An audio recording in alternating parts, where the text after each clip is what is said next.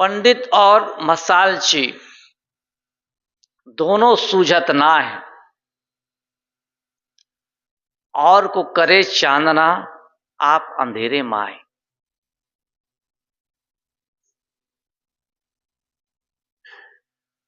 सदगुरु कहते हैं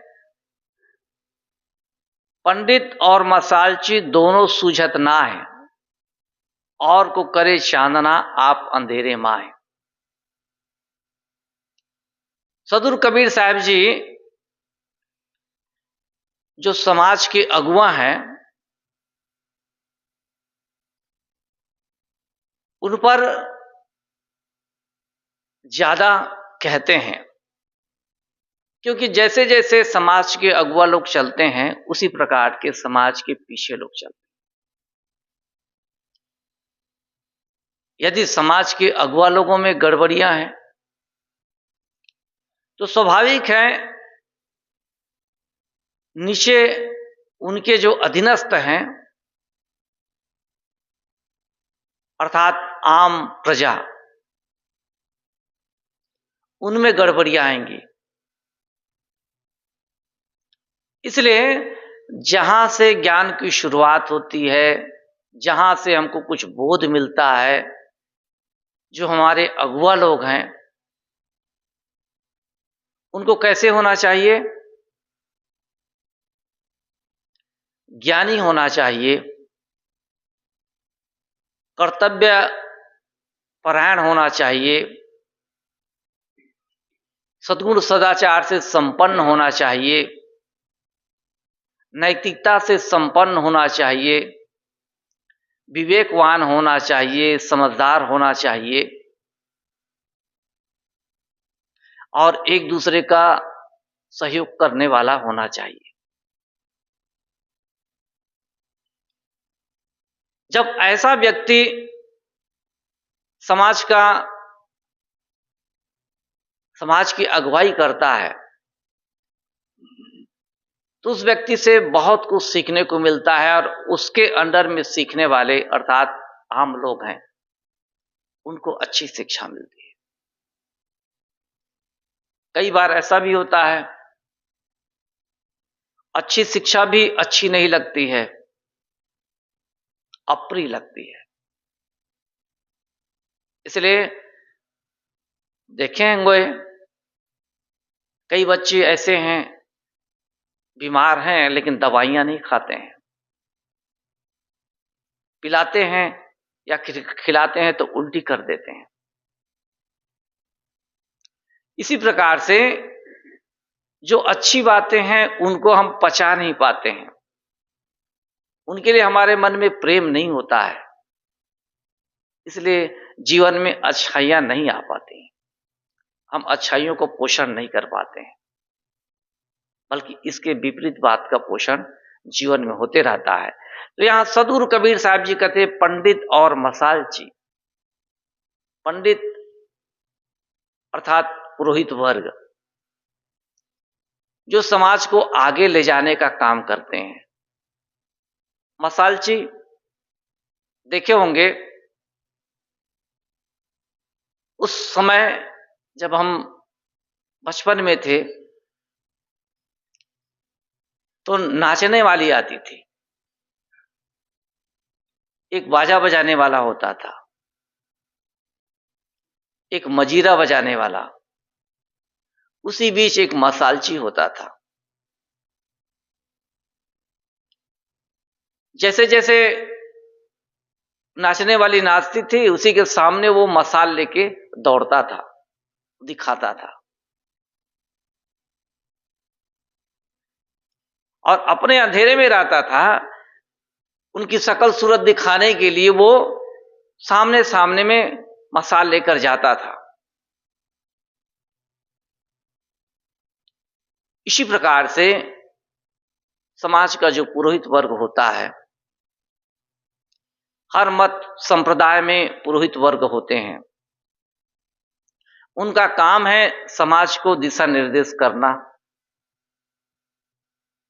क्या होना चाहिए क्या नहीं होना चाहिए,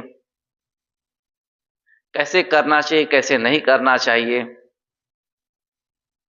समाज के लिए वो विधि बनाते हैं, नियम कानून कायदे बनाते हैं। इनको कहते हैं पुरोहित, जो आगे आगे चलते हैं और समाज के लोग पीछे। अच्छी बात है कि वो मनुष्य को अच्छी राह दिखा रहे हैं, अच्छी दिशा में ले जा रहे हैं, क्योंकि मार्ग दिखाने वाला तो चाहिए ना कोई कोई। लेकिन वही आदमी जो पुरोहित है अज्ञान में डूबा हो तब, अज्ञानी हो तब, अपने ही अंधेरे में जा रहा हो तब क्या होगा? बहुत बड़ा नुकसान होगा। पुरोहित वर्ग अपना खुद नहीं जा रहा है, बल्कि कितने लोग पीछे हैं उनके, उन सभी को क्या है, अज्ञान की धारा में वो लेके जा रहा है। समाज कहां जाएगा? इसलिए साधु जो होता है वो समाज का अगुवा होता है, समझदार जो होता है समाज का अगुवा होता है। हमें देखना चाहिए, हमारे भी पीछे बहुत लोग हैं, हमको भी अनुगमन करने वाले बहुत लोग हैं। हम जैसे जैसे चलेंगे वैसे वैसे हम लोगों को ले जा रहे होते हैं। यदि हमारी चाल चलन ठीक है तो हम ये समझना चाहिए कि दिशा हमारी सही है और लोगों को सही दिशा निर्देश कर रहे हैं। और हमारी चाल चलन गड़बड़ है तब हम खुद अंधेरे में हैं, गलत दिशा में जा रहे होते हैं और लोगों को भी इंगित करते रहते, दिशा निर्देश करते रहते कि तुम भी हमारा अनुसरण करो और गलत दिशा में तुम भी आओ।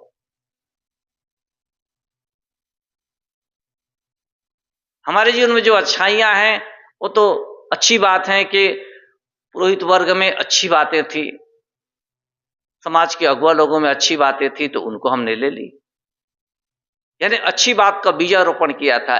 और उन्होंने ही गलत बातों का बीजारोपण किया है। तब हमारे जीवन में जितनी भी बुराइयां हैं, जितनी भी कमियां हैं, जितने भी दोष हैं, क्या है? सब उन्हीं की देन है। आज नहीं तो कल कभी न कभी इस प्रकार की बातें रही हैं और उनका हमने अनुगमन किया, उनका अनुसरण किया, आज हमारे जीवन में वो है। हमारी जिम्मेदारी बनती है कि उन बातों को, यदि हम जानते हैं कि हमारे जीवन में ये गलत है, हमें ऐसा नहीं करना चाहिए, तो उन बातों को निकालेगा कौन? उन बातों को हम स्वयं निकालेंगे, पुरोहित नहीं निकालेगा, समाज के अगुवा लोग नहीं निकालेंगे। क्यों? इसलिए कि वो मेरे जीवन में है, हाँ इंगित कर सकते हैं कि ये गलत है, या फिर मैं खुद देख सकता हूं, जैसे कि दर्पण में अपनी मैं शकल सूरत देखता हूं मैं, और उसमें पता चल जाता है कि शकल सूरत में मुझे ये सुधारने लायक है। बाल बिखरे हुए हैं, चेहरा अव्यवस्थित नजर आ रहा है, ये कौन देखता है? मैं देखता हूं। और मैं देखता हूं तो मेरा कर्तव्य है कि उसको मैं ठीक करूं। इसी प्रकार से मेरे जीवन में जो खामियां हैं, जो गलतियां हैं, त्रुटियां हैं, उनको मैं निकालूं। मैं निकाल देता हूं तो क्या है? अपेक्षाकृत मैं सुंदर दिखता हूं। जीवन की सुंदरता क्या है? जीवन की सुंदरता यह नहीं है कि कोई शकल सूरत से बहुत सुंदर है, ये जीवन की सुंदरता नहीं है। इसी सुंदरता में आदमी भ्रम जाता है, इसी सुंदरता में आदमी जो है उसमें आसक्ति लगा लेता है, उसमें आसक्त हो जाता है कि तो बहुत सुंदर है भाई। इसी सुंदरता के साथ साथ उसमें कुछ कला हो गई, तब आदमी और फिदा हो जाता है इस पर, फिर तो पीछे पीछे घूमने लगता है। लेकिन ये शकल सूरत की सुंदरता कुछ दिनों के लिए है, कुछ दिनों के लिए। असली सुंदरता क्या है? असली सुंदरता है उसका अपना चरित्र।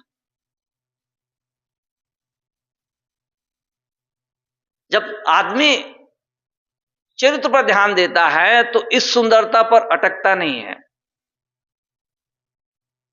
इस सुंदरता को क्या करता है, वो समझता है कि भाई समय है, सुंदरता आ ही जाती है, कितना भी कुरूप क्यों ना हो, जवानी अवस्था में उसे सुंदरता मिल ही जाती है, कितना भी कुरूप क्यों ना हो। अब हर आदमी सुंदर दिखता है, लेकिन यह सुंदरता बहुत थोड़े दिनों के लिए, टिकाऊ नहीं होती है, परिवर्तनशील होती है सुंदरता। लेकिन जो चरित्र की सुंदरता है, व्यवहार की सुंदरता है, नैतिकता की सुंदरता है, उज्जवल आचरण की सुंदरता है, ये क्या होती है? सबसे सुंदर होती है। एक घर में एक बहू आई थी, तो खास सुंदर नहीं थी, लेकिन जब भी उसके सास से किसी ने पूछा, क्या कि तुम्हारी बहू कैसी है, क्या मेरी बहू बहुत सुंदर है, बहुत सुंदर है। जब कोई देखने आए, स्वाभाविक है, नई नई बहुएं आती हैं तो गांव के लोग देखने आते हैं, तो किसी ने कहा कि यार वो तो बहुत सुंदर है, ऐसा कहती है, लेकिन देखने में तो ऐसा सुंदर नहीं है। तो ये बात उसकी सास के पास पहुंच गई कि किसी ने कहा कि तुम्हारी बहुत, तुम कहती हो बहुत सुंदर है, लेकिन देखने में उतनी सुंदर नहीं है। तो उसकी सास ने कहा, देखो मैं इस शरीर की सुंदरता को नहीं देखती हूं, मैं देखती हूं चरित्र की सुंदरता को। ये सेवा भावी है, घर का पूरा साफ सफाई करके बढ़िया भोजन बना के हम लोग को देती है और पूरा ध्यान रखती है। और क्या सुंदरता चाहिए आपको? यही असली सुंदरता है। जो चरित्रवान है, सेवा परायण है, जिनमें विनम्रता है, नैतिकता है, बड़ों का आदर है, ऐसी सुंदरता कहां पाओगे? और कहीं नहीं मिलेगी सुंदरता। इसलिए आदमी को सुंदर बनना चाहिए, रूपवान नहीं बनना चाहिए, सुंदर बनना चाहिए। यह सुंदरता कहां से मिलती है? समाज से मिलती है। देखिए, हम श्रृंगार की सारी वस्तुएं बाजार से खरीद लेते हैं, सुंदर दिखने के लिए, शरीर को सजाने के लिए सारी चीजें हम बाजार से खरीद लेते हैं और चीजें मिल जाती हैं, और उनको हम श्रृंगार करके थोड़ी देर के लिए सुंदर प्रतीत होते हैं। लोग हम पर नजर डालते हैं, भाई ये तो बहुत सुंदर है, लेकिन इसको हम रोज सजाना पड़ता है। इस सुंदरता के लिए हमको रोज सजना पड़ता है। यदि रोज न सजे तब वो सुंदरता कायम नहीं रहेगी। लेकिन चरित्र है, वो ऐसी सुंदरता है कि सब समय कायम रहने वाली है। इसलिए हमको चाहिए कि ऐसी सुंदरता हमारे जीवन में आए जो सब समय कायम रहे, और दूसरी बात यह है कि सब समय हमको सुख और शांति दे। आदमी कहता है ना कि भाई मैं सुखी नहीं हूं, संतुष्ट नहीं हूं, इसका मतलब है आपके चरित्र को आपको देखना पड़ेगा, उसमें कुछ सुधार की आवश्यकता है। जीवन ये मांगता है, क्या तुम्हारे चरित्र में, तुम्हारे स्वभाव में, तुम्हारे व्यवहार में, तुम्हारी नैतिकता में कुछ कमी है जिसकी वजह से तुम प्रसन्न नहीं हो, सुखी और संतुष्ट नहीं हो। इसलिए ये जो पुरोहित वर्ग होता है, समाज का अगुवा होता है, साधु जो होता है समाज का अगुवा होता है, समझदार लोग जो होते हैं समाज का अगुवा होते हैं। इनको बड़ी सावधानी से चलने की आवश्यकता है। हमको कभी भी ऐसी सोच नहीं रखनी चाहिए कि अरे कौन देखता है जी, हाँ हमारा मन ये कहता तो हम कर लें, ऐसा नहीं। न जाने कितने लोगों को बिगाड़ेंगे कल। हमको देखने वाले, हमको पढ़ने वाले बहुत लोग हैं, हो सकता है गलत पढ़ ले तो।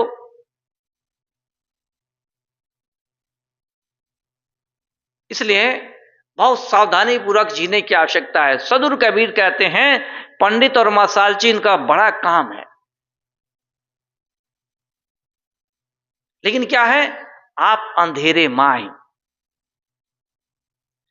ये दोनों को सूझता नहीं है, क्योंकि सब स्वार्थी हैं। इसलिए अपने आप को देख नहीं पाते, केवल दूसरों को दिखाते हैं। ज्ञान क्या करता है? ज्ञान हम दूसरों को बताने का काम करते हैं, जीने का काम नहीं करते हैं। इसलिए क्या है, वो ज्ञान चाहे जितना बढ़िया ज्ञान हो, कल्याणकारी ज्ञान हो, जीवन में आचरण में उतरता नहीं तो हमारा कुछ भी काम नहीं आता है। हां, दूसरों के लिए काम आ सकते हैं, दूसरों के लिए दिशा निर्देशक हो सकते हैं, दूसरा लाभ उठा सकता है, लेकिन हमको कुछ भी मिलने वाला नहीं है। क्यों? इसलिए कि भाई जो आदमी खाता है उसी का पेट भरता है, वही आदमी तृप्त होता है, उसी की भूख मिटती है। अच्छा, खाने का चाहे जितना बखान करे, पेट भरने वाला नहीं है। इसी प्रकार से ज्ञान का हम जितना व्याख्यान करें, वो कुछ भी काम नहीं आता है, कुछ भी काम नहीं आता है। हाँ, एक प्रमाद चढ़ा रहता है कि हम ज्ञानी हैं, हम समझदार हैं, कि हम साधु हैं, कि हम पुरोहित हैं, कि हम समझदार आदमी हैं। ये प्रमाद चढ़ा रहता है, लेकिन जीवन में कुछ भी काम नहीं आता है। इसी बात को सदुर कबीर साहब जी कहते हैं, आप और को करे चांदना, आप अंधेरे माए। ये दूसरों को तो ज्ञान प्रकाश देते हैं, लेकिन अपने स्वयं अंधेरे में जीवन जी रहे होते हैं। इसलिए ज्ञान के संबंध में ये बड़ा भ्रम है लोगों को कि हम ज्ञानी हो जाएंगे, विद्वान हो जाएंगे तो हमारा कल्याण हो जाएगा। ऐसा कुछ भी नहीं होता है। हाँ, उसको हम रट लिए हैं, उसको जान लिए हैं, लोगों के बीच में कह देते हैं, अच्छा लगता है थोड़ी देर के लिए, लेकिन बाद में हमारा कुछ भी काम नहीं आता है। क्यों? इसलिए कि उसको हम जीते ही नहीं, उसको खाते ही नहीं, उसका जीवन में प्रयोग होता ही नहीं, तो हमारा कुछ भी काम नहीं आता है। इसलिए जो कुछ भी ज्ञान की बातें हैं हमारे लिए हैं, तो उसको जीना चाहिए। मन ऐसी ऐसी कल्पना कराता है कि हमको ज्ञान की बातों को जीने से क्या है, दूर भगा देता है, हमको दूर कर देता है। अरे ये तो उसका काम है, ये करे, हम क्यों करें? ये मन जो है आदमी को सरका देता है, अब आदमी सरक भी जाता है। इसलिए जीवन समझ में नहीं आता है। इसलिए जीवन को समझना है तो ज्ञान की बातें, छोटी छोटी बात, बड़ी बात नहीं होती, छोटी ही बात है। जहां पर रहते हैं वहीं पर उसका प्रयोग करना चाहिए। आदमी परिवार में रहता है, 4-6 लोग रहते हैं, वहां प्रयोग करें। बड़ा समाज है, वहां प्रयोग करें। प्रयोग करते करते एक दिन वो ऐसा आदमी बन जाएगा, बिल्कुल उसे लगेगा कि भाई हाँ, अब समझ में आया है ज्ञान, क्योंकि उसको जीने लगा है, इसलिए समझ में आया है। अब उसको तृप्ति मिलती है। भाई अब खाने लगा है तो उसको भूख मिटने लगी है। पहले केवल बखानी करता था, इसे उसे भूख नहीं मिटती थी। अब खाने लगा है, जीवन को जीने लगा है ज्ञान के अनुसार, तब उसको तृप्ति मिलने की अनुभूति हो रही है। अब आदमी यहीं पर भूल करता है। इसलिए धोखे में न रहें और हम समाज के अगुवा हैं तो बढ़िया शिक्षा दें लोगों को, बढ़िया। और हमसे कोई धोखा ना खाए। शिक्षा देने का मतलब होता है हमसे कोई किसी प्रकार से धोखा ना खाए। इस प्रकार से हमारे जीवन में हमारी चाल चलन होनी चाहिए। अब हमको देकर कोई धोखा खा रहा है, इसका मतलब ओ हम गलत चल रहे हैं, दूसरों को हमने गलत ढंग से इंगित किया है, गलत ढंग से इशारा किया है।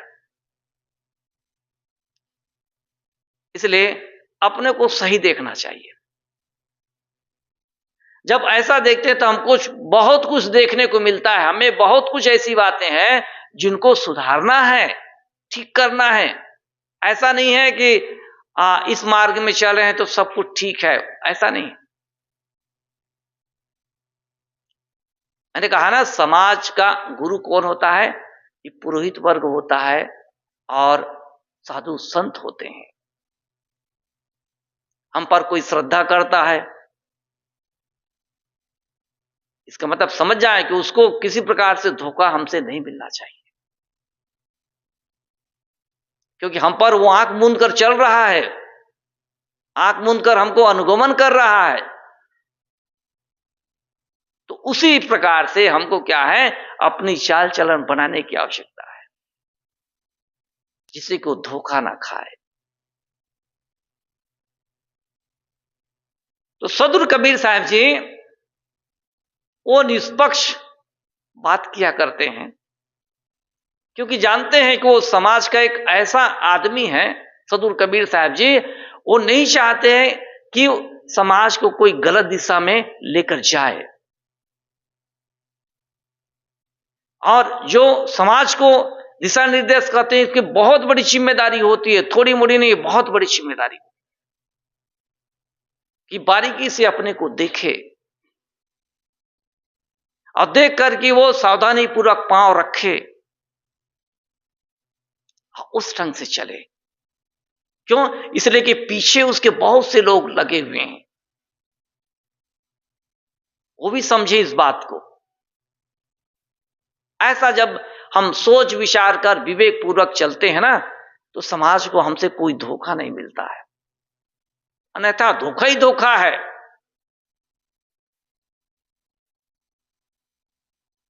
जब आदमी इस प्रकार से सोचता है, सोच करके अपने जीवन को सावधानी पूर्वक जीता है, इसका मतलब है कि समाज को अच्छी दिशा में वो लेके जा रहा है।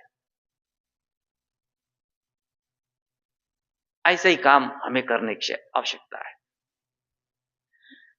सदगुरु कबीर ने कहा है, चला चला सब कोई कहे पहुंचे बिरला कोई, एक कनक और कामनी दुर्गम घाटी तो।